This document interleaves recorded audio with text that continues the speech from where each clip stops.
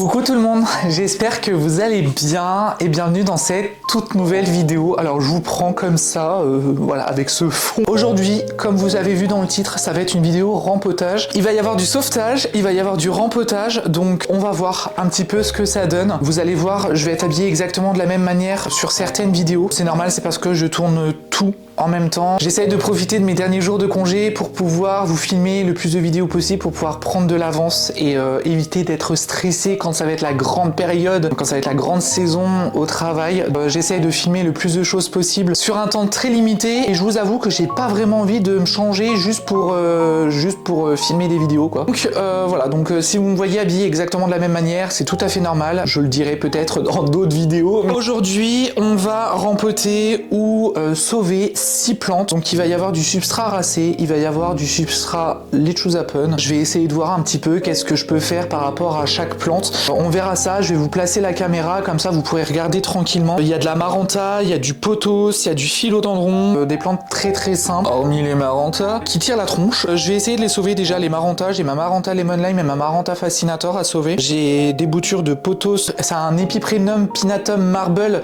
mais qui a complètement réversé. Il y avait des lianes dans le pot qui étaient complètement vertes, donc je les ai bouturées et ça me fait une plante qui sera toute verte, mais je vous expliquerai tout ça dans la vidéo. J'ai du pothos néon, j'ai du Scannapsus exotica et j'ai du philodendron brésil. Si la vidéo vous plaît, n'hésitez pas à vous abonner, à cliquer sur la petite cloche des notifications, à mettre un petit pouce en l'air, vraiment ça me soutient énormément, à partager aussi mes vidéos pour quelqu'un qui a envie de faire du rempotage. N'hésitez pas non plus à commenter si vous avez commencé des rempotages, si vous avez rempoté en lechuza pun, en substrat racé ou même n'importe quel substrat. Je sais que j'ai plus beaucoup de substrat racé, donc il va falloir que j'en rachète. Mais bref, je vous pose la caméra et je vous reprends tout de suite. J'ai mon bac avec tout le terreau pourri qui est juste là, donc voilà, je vais vous montrer du mieux que je peux. Non, je vais peut-être le avancer parce qu'en soit on s'en fout un peu. Je vais me positionner et on va déjà commencer par aller chercher le lechuza parce que j'ai envie de commencer par les maranta. Oh putain Vic, t'aurais pas pu y penser avant. Alors je vais mettre un chronomètre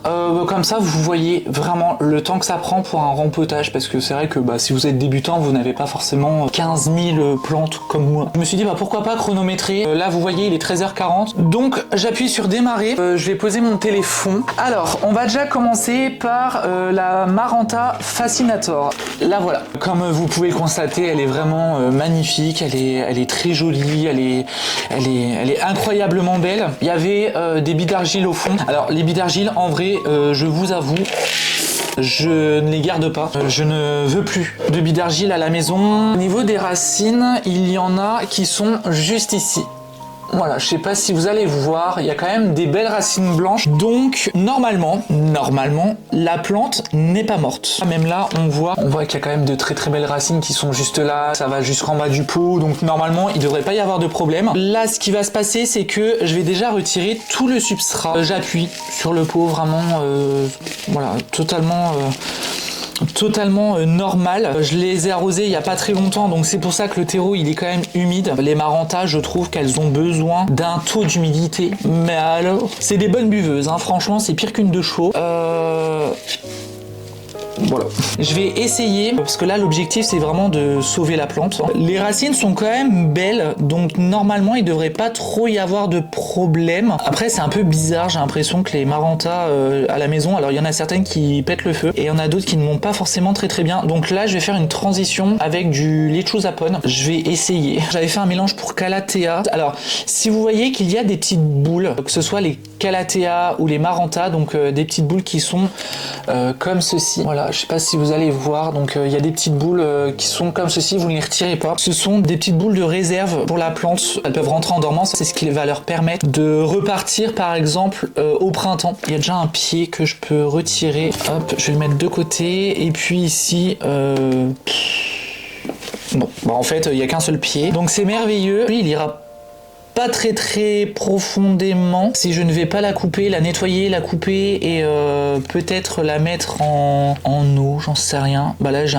ça a pourri. Maranta, elles se sont toutes plues pendant la belle saison. Elles ont fleuri énormément. Du jour au lendemain, elles ont décidé de faire sécher leurs feuilles, de ne pas aller bien. Ok, tu vas pas bien, je te laisse tel quel le temps que tu décides à reprendre. La partie là, je vais juste la retirer et puis on verra bien si ça reprend. Je croise les doigts parce que les racines sont blanches, donc je me dis pourquoi pas. Il y a toujours possibilité avec les Maranta, j'ai toujours cette petite partie là qui pousse. Là je vais aller rincer ça en eau, je vais essayer de retirer le plus possible l'ancien substrat des racines et ensuite je vais voir un petit peu si c'est sauvable ou pas. Donc dans le pire des cas ça sera une plante qui ira au compost. Alors voilà ce qu'il en reste, hein. Il reste plus grand chose, donc je pense sincèrement que ça m'étonnerait vraiment que ça reprenne. Là j'ai vraiment un gros doute, mais bon, je teste quand même, on est là pour tester aussi.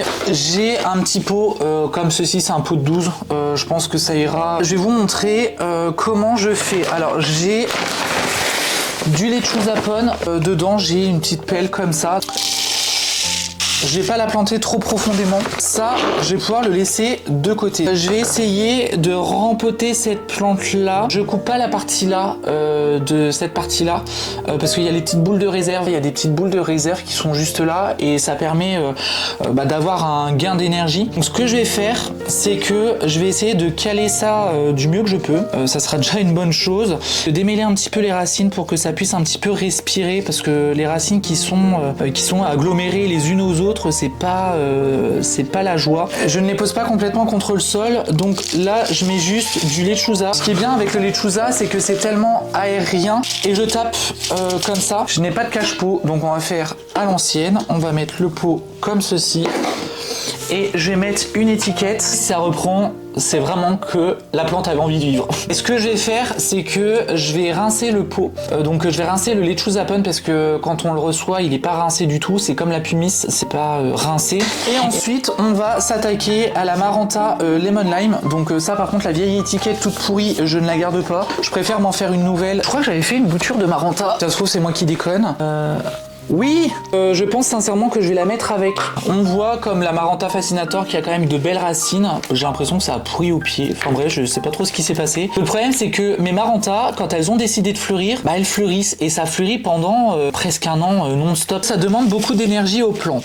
Là on voit qu'il y a une bonne pousse. Ici il y en a une aussi. Et puis je vais retirer tout ce qui est un peu pourri. Par contre, qu'est-ce que ça pousse vite. Vraiment, qu'est-ce que ça pousse vite les Maranta. Oh, waouh! Là, on voit qu'il y a de la mémère là-dessous. Elle a des racines, donc je vais pouvoir la mettre en pont. Elle va pas avoir de problème normalement. Je vais pouvoir la rincer tranquillement. Faites attention aussi avec les petits morceaux de feuilles, les petits bouts tout dégueux. Au pire, je la laisse avec l'autre en attendant. De toute façon, l'autre, elle va se faire nettoyer aussi. Ici, j'ai l'impression que ça a pourri. Ouais, ici ça a pourri et en fait, non, je vais pas garder. Ici, ça avait pourri. Ouais, non, c'est pas la peine. Par contre, les racines de folie, la Maranta Lemon Lime, un truc de fou, quoi. Ça va être chouette pour démêler tout ça. J'ai mal aux pieds, j'ai mal aux fesses. Je sais pas si c'était une bonne idée de me mettre comme ça, mais bon. Ici, normalement, il y a un petit truc. Parce que je vois que ça résiste. Prouve que tu existes. Je pense que la souche là, non, elle est pas viable. Donc basta. Merde, j'en ai foutu partout. Tant pis. Alors ici, ça reprend. Donc ça, ici, en plus il y a de belles racines bien dodues. Il y a juste la partie là qui saute. Là, j'ai un beau petit point de réserve. Là, une petite boule. C'est ce que je vous montrais tout à l'heure. Il y a des petites boules de réserve. Ça, vous les gardez. Je reprends mes Maranta à zéro. Ça, de toute façon, c'est une tige qui est bien verte. Tout ça, c'est tout mou. Ça, c'est mou. Ça c'est mou, ça c'est mou. J'ai bien envie de la garder la partie là. Bon allez vas-y, je teste. De toute façon dans le pire des cas ça crèvera. Dans le meilleur des cas ça reprendra. Donc voilà, de toute façon je sais très bien que j'ai ces deux petits pieds là qui sont déjà en bonne santé. Je sais que les deux là repousseront. Ça j'en suis sûr et certain. C'est juste les deux là. Je ne sais absolument pas ce que ça va donner. Je vais aller les rincer et je vous reprends juste après. Les racines sont quand même plus dodues. Ça je l'ai remarqué. Les racines sont quand même plus dodues sur la bouture qui avait pris en eau que sur les racines qui sont en terreau. Donc je pense que vous avez compris que le gros pot là, il sera de trop. Voilà. Ce que je vais faire, c'est que je vais prendre un pot de la même taille que l'autre. Va falloir que j'aille rechercher des cache-pots. Je reviens. A few moments later. One eternity later. Alors je me suis repris 2 cache-pots. Ce que je vais faire, c'est que je vais déjà bouger ça. Je vais prendre le cache-pot là pour éviter que ça aille par terre parce que là j'en ai déjà mis partout. Et je suis parti me chercher un café froid. Je mets du lechuza dans mon pot. Donc je mets du lechuza quasiment la moitié.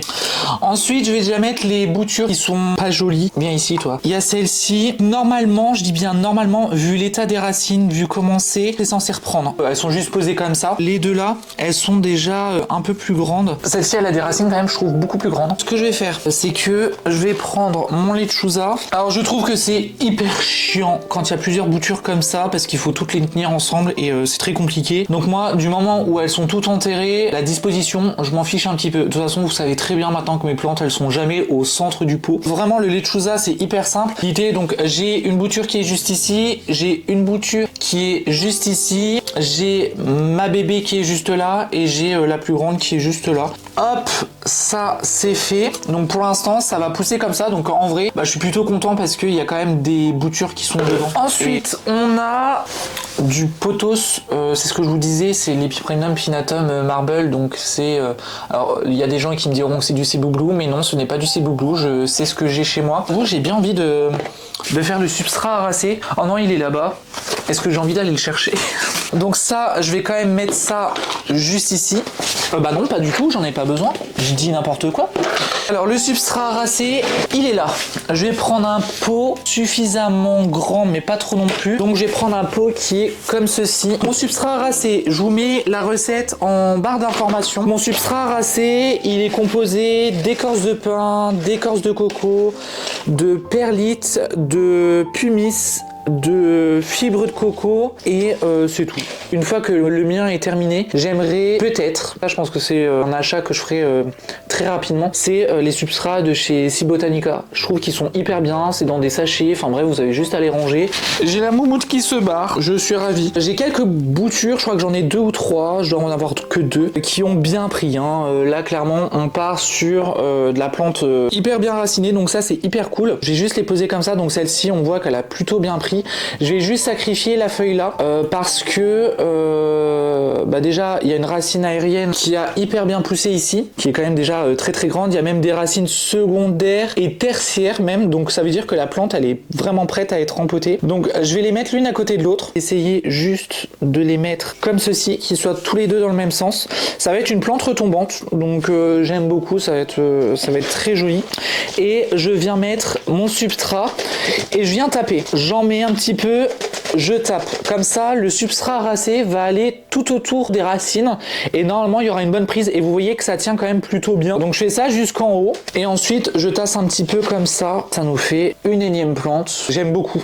Lui, dans un mois, il aura de l'engrais. Epipremnum pinnatum marble et je vais marquer comme quoi il est réversé. Comme ça, je sais que ça sera que du vert et que je ne dois pas m'attendre à avoir du variegata dessus. Donc, il faudra juste que je garde le substrat humide le temps de la transition parce que là, elle passe quand même d'un milieu aquatique dans un verre à bouture. Là, elle va dans un substrat qui est sec. Donc, il faudra juste faire attention que la transition entre l'humidité et le sec ne lui porte pas préjudice. Au fur et à mesure du temps, je pourrais faire sécher un peu plus longtemps le substrat. Mais c'est vrai que pour l'instant, je vais vraiment garder le substrat le plus humide possible.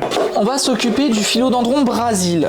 Pourquoi? Parce que j'avais envie. Il va aller en substrat arasé comme l'Epipremnum pinnatum marble reverse. Vu que le pot, c'est un pot de 15, si je me trompe pas, il va pouvoir passer là-dedans, nickel. Lui, pour vous avouer, il était dans un substrat pas sensationnel, dans un pot pas sensationnel non plus. Vous savez, c'est mes pots qui sont comme ça, que je l'ai pris par les lianes. Tout devrait venir d'un coup, donc ça... J'en ai plus besoin. Je ne vais pas trop défaire les racines. Je vais le laisser tel quel. Au moins, je suis sûr que la transition sera plus réussie. Il est habitué pour l'instant à être là. Donc, ce que je fais, c'est que je vais mettre un fond de terreau, un fond de substrat arasé plutôt.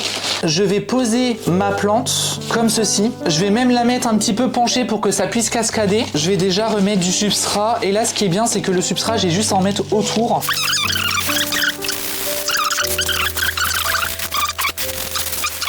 Voilà, les racines vont faire leur petite vie. Sur le substrat racé, je regarde aussi s'il n'y a pas trop de poches d'air. Je sais que oui, ça va faire moche au-dessus, mais au bout d'un moment, je pourrais rempoter ou je pourrais bouturer et je pourrais en remettre ici. Mais vraiment très jolie comme plante. Si une feuille tombe, c'est qu'elle devait tomber un jour ou l'autre. Voilà, ça me fait un philodendron. Je vais faire la petite étiquette. Ensuite, j'ai le Scindapsus exotica. Alors lui, il vit très bien. Je vais juste le rempoter. Je pense que je vais prendre un pot de 15. Donc comme tout à l'heure, c'est exactement le même principe. On voit les racines qui dépassent. Alors, ce que vous voyez là, ça s'appelle des coiffes racinaires. C'est tous les petits poils qu'il y a. Vous voyez ce que je fais derrière? Non, vous voyez que dalle. Donc ce que je fais, c'est que je vais juste appuyer comme ça.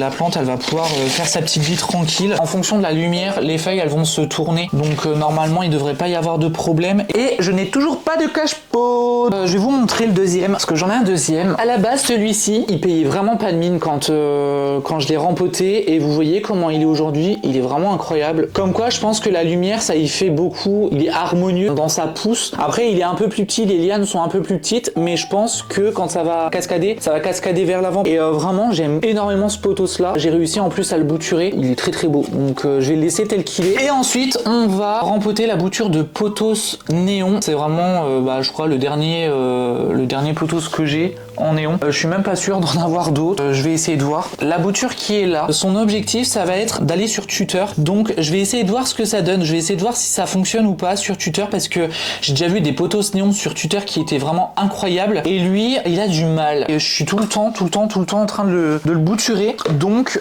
ça me saoule un petit peu. Là, je mets un peu plus de terreau, j'en mets à peu près sur la moitié. Les racines, franchement, elles sont hyper jolies. Je vais les démêler un petit peu. Je vais essayer, si possible, de bien caler cette plante-là. Je vais juste déjà mettre une première partie. Hop. Je vais mettre juste une bouture dans ce pot là et comme ça à terme j'aimerais bien que ça aille sur Tuteur. À un moment donné j'aimerais tellement avoir des plantes style comme mon Pothos Marble Queen qui soit sur Tuteur et qui pousse de folie, ou mon Cebu Blue aussi qui pousse de folie. Normalement j'écris Epiprenum Aureum Néon mais clairement j'ai la flemme. Voilà. Et lui par contre il va aller, je pense, ici. Dès qu'il aura une vraie liane, je vais essayer de le mettre sur Tuteur, de mettre un petit tuteur en bois déjà pour commencer, pour qu'il puisse vraiment prendre le pli de grimper. Au fur et à mesure du temps, je pense que les feuilles là vont se sacrifier au profit des nouvelles. Je pourrais vraiment coller la liane, donc les racines aériennes, contre le tuteur en sphène. Du coup, j'ai mis exactement 52 minutes et 16 secondes pour cette vidéo là. Comme quoi, ça prend du temps. Donc là, je vais vous filmer la deuxième. Donc je vais déjà arroser tout ce monde là tranquillement. J'espère en tout cas que cette vidéo vous a plu, j'espère que ça vous fait plaisir, les petites vidéos rempotage comme ça. Dans un sens, ça me permet de m'occuper de mes plantes, de vous faire plaisir aussi en vous proposant ce genre de contenu là. C'est vrai que dans un sens, c'est un contenu un petit peu plus facile pour moi. J'ai vraiment envie de faire en sorte que mes plantes, elles soient au top de leur forme. Là, aujourd'hui, je suis ravi vraiment de vous dire que en termes d'araignées rouges à la maison, ça commence vraiment drastiquement à diminuer. Est-ce que c'est grâce à la douche des plantes? Je ne sais absolument pas. Vraiment, tout ce que j'arrive à mettre en place depuis quelques temps déjà, ça me permet de ne plus avoir les araignées rouges à la maison. Voilà, je voulais terminer aussi cette vidéo par une note positive. Comme je vous ai dit en tout début de vidéo, voilà, n'hésitez pas à vous abonner, à cliquer sur la petite cloche des notifications pour avoir toutes les notifications de mes vidéos, de leur sortie. De laisser un petit j'aime, un petit commentaire, ça me fait toujours plaisir de vous lire et de vous répondre. En attendant la prochaine vidéo rempotage ou la vidéo de vendredi, je vous fais plein de gros bisous, faites attention à vous, prenez soin de vous et je vous dis à très vite. Salut!